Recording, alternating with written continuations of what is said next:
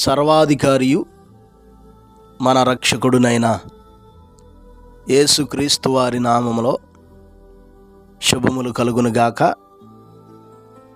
నేటి వాక్య ధ్యానము యోవేలు గ్రంథము 2వ అధ్యాయము 12వ వచనం.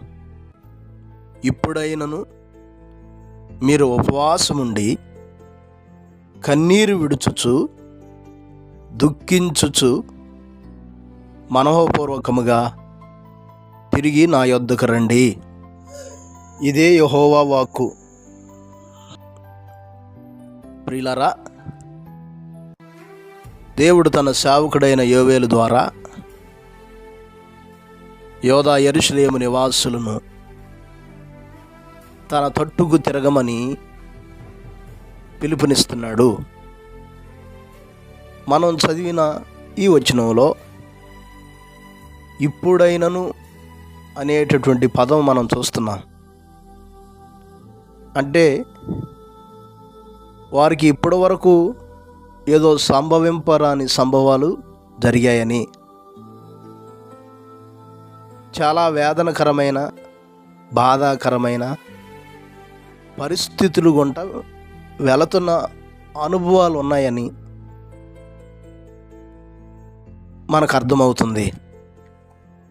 అవును, మొదటి అధ్యాయం మనం చదివితే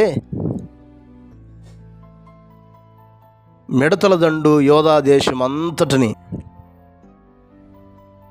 ఆ దేశపు పంటలను, పైరులను, తోటలను పాడు చేసినటువంటి విధానం మనం చూస్తాం. మిడతల దండు వారి ద్రాక్ష తోటలను, అంజూరపు తోటలను, వారి గోధుమ కర్రలు, యవల కర్రలు, దానిమ్మ చెట్లు, ఈత చెట్లు, జల్దరు చెట్లు, వారు వేసిన తోటల పైర్లన్నిటినీ మిడతల దండు పాడు చేసేసాయి. అవి తర్వాత మిడతల తర్వాత పసరు పురుగుల తర్వాత చీడ పురుగులు, గొంగళ పురుగులు, ఇవన్నీ వారి పంటలను పాడు చేస్తూ దేశము చాలా దుర్భరమైన స్థితిలోనికి వెళ్ళిపోయింది. పైర్లు పాడైపోగా దేశంలో కరువు సంభవించింది, తెగుళ్ళు సంభవించాయి. సంతోషం లేదు, ఆనందం లేదు. పైవచనాలు అంటాడు, మనం చూచుచుండగా దేవుని మందిరములో ఇక సంతోషమును ఉత్సవమును నిలిచిపోయాను. మన ఆహారం నాశనం అయిపోయింది. విత్తనం మట్టి పెడ్డల కింద కృళ్ళిపోతుంది, పైరు మాడిపోతుంది. మేత లేక పశువులు బహుగా మూలుగుచున్నాయి. ఎడ్లు మందలుగా కూడి ఆకలితో అల్లాడుచున్నవి. గొర్రె మందలన్నీ చెడిపోతున్నవి. ఇటువంటి పరిస్థితుల్లో ఉంది దేశం.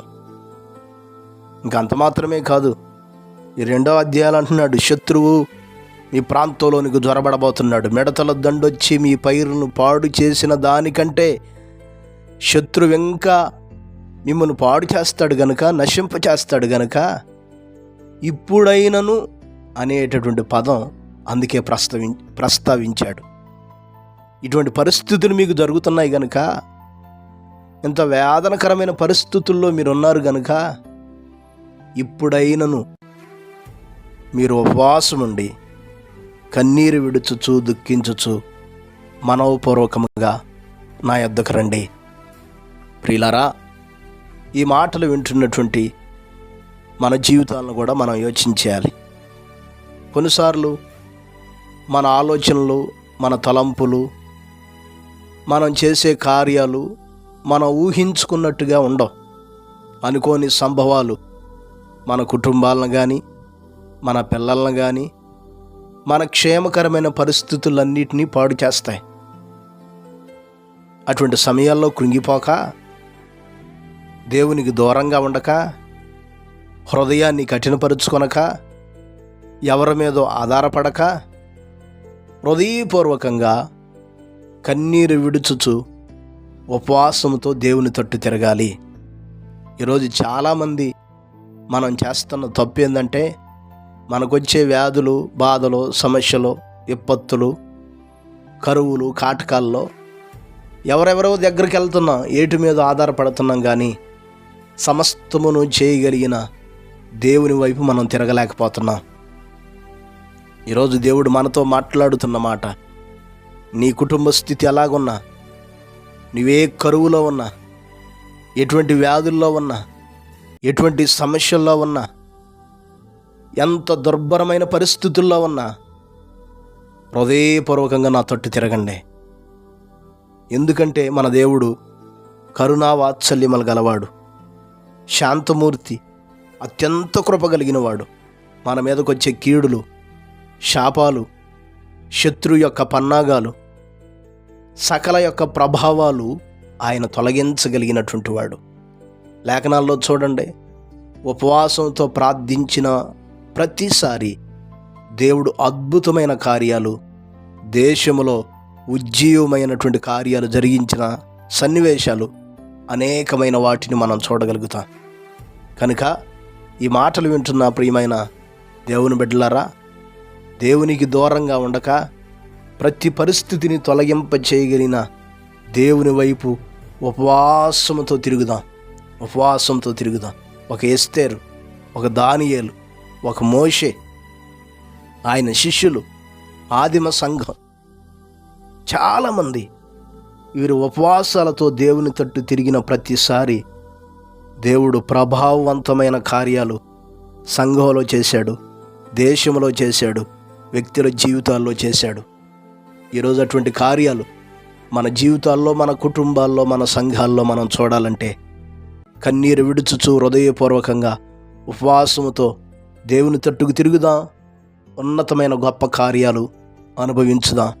అట్టి కృప దేవుడు మనకు దయచేయును గాక. పరిశుద్ధుడైన మా దేవా, గొప్ప కాపరి, అపారమైన మీ ప్రేమను బట్టి మీకు లెక్కలేని వందనాలు, స్తుతులు, స్తోత్రాలు ప్రభా. ఈ ఉదయకాల సమయంలో మీరు మాతో మాట్లాడిన ప్రతి మాటను బట్టి స్తోత్రాలు నాయనా. మా జీవితాల్లో, మా కుటుంబాల్లో మాకు సంభవిస్తున్న కొన్ని దుర్భరమైన పరిస్థితుల్లో మేము ఎక్కడికో పరిగెత్తక మీ వైపు చూస్తూ నాయనా, మీ మీద ఆధారపడి మీ వైపు తిరగగలిగిన భాగ్యమును దయచేయండి తండ్రి. స్తోత్రాలు. ఈ మాటలు వీక్షిస్తున్న మా ప్రియులైన బిడ్డలందరి కొరకు ప్రార్థిస్తున్నా. ఎవరు ఇటువంటి పరిస్థితుల్లో ఉన్నారో వారు మీ వైపు తిరిగి బాగుపరచబట్టానికి, గొప్ప కార్యాలు పొందుకొనగలిగిన కృపను దయచేయండి అయినా. మా ప్రియమైన బిడ్డలందరి కొరకు ప్రార్థిస్తున్నా. క్షేమాన్ని ఉండే, నెమ్మదినే ఉండే, తగిన సౌఖ్యాన్ని దయచేయండి. ఈ రోజంతా మీ సన్నిధిని వరకు తోడుగా ఉండ దయచేయమని యేసు నామమున అడిగి వేడుకొనుచున్నాము తండ్రి. ఆమేన్. ప్రభు కృప మీకు తోడయ్యుండునుగాక.